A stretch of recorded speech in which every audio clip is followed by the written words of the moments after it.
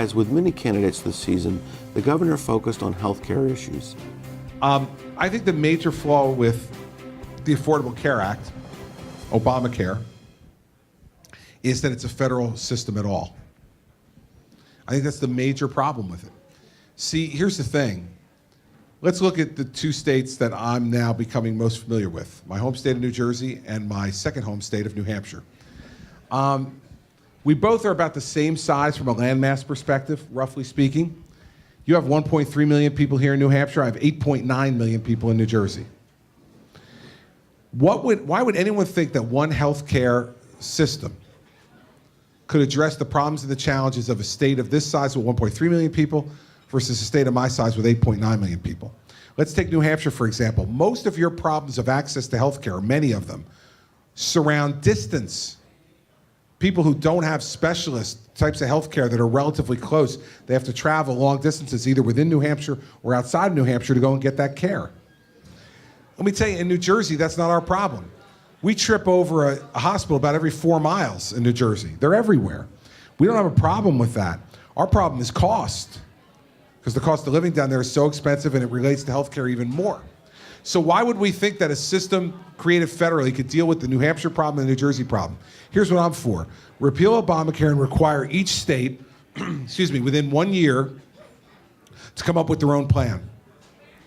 A New Hampshire plan, a New Jersey plan, a Wyoming plan, a Montana plan, because each one of those states have unique challenges and opportunities, and they should be able to come up with it. The other reason you're going to want to do that is because it makes this whole solution closer to you.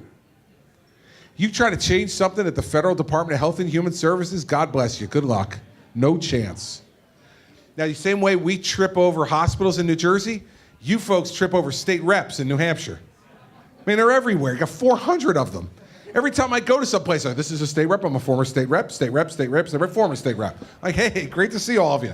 The good news about you, or that for you, is that, like in most state governments, you have great access to your state decision makers. So I think it should be a state-based system, and those folks should determine it. And lastly, it's a philosophical reason too. You know, there is a 10th Amendment to the Constitution, which says that if the power to do this is not enumerated in this document, it reverts to the states. Well, I've read the Constitution really closely. I'm sure some of you have too. I don't see health care in there. I don't see it. It's not there. It's a state problem, and the states should fix it. We have a great system. We're the United States of America. And you bet, and we need to understand, it's also in the 10th Amendment.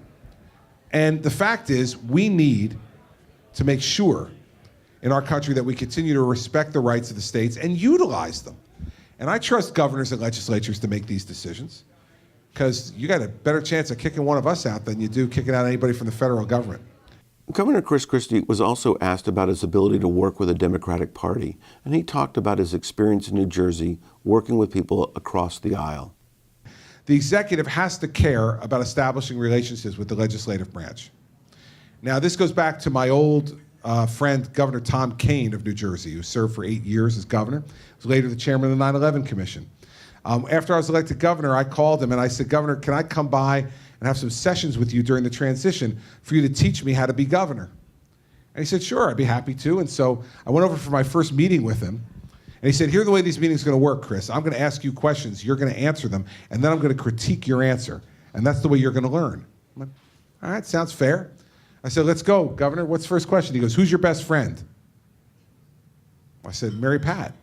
He said, not anymore. I said, not anymore. He said, your new best friend is going to be the Senate President in New Jersey, Steve Sweeney. Now, let me tell you about Steve Sweeney.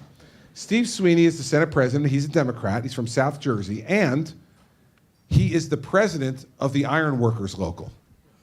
Not a wallflower, everybody, and a true union guy. But what Governor Kean was saying to me was that given our system of government, you got to make friends with this guy. You got to make him your friend. And I did. Over the course of the years, we went out for dinner together. We went out for drinks together. We met each other's families. He knows Mary Pat and my kids. I know Patty and his 2 children. We've gotten to know each other, and we've gotten to be friends. That does not mean we don't violently disagree at times. It does not mean that he has not said the most unspeakable things about me in public. But what it does mean is, every time he comes to the State House, and I'm there too, we meet. And it means that when we sit down across a table from each other without the press there, without anybody there, he knows that if I give him my word, I'll keep it. And I know that if he gives me mine, if he gives me his, he'll keep it as well. In Washington, we don't have any of that anymore. We have people at opposite ends of the hallway at Capitol Hill yelling and screaming at each other, sending out press releases to make each other look bad. And you got a president who doesn't engage with the Congress. Step two is you got to engage and make these folks trust you. Not believe everything you say, not agree with everything you say, but trust you. When we return, we're going to hear Governor Chris Christie's remarks about the Middle East, focusing on Syria, Iraq, and Afghanistan.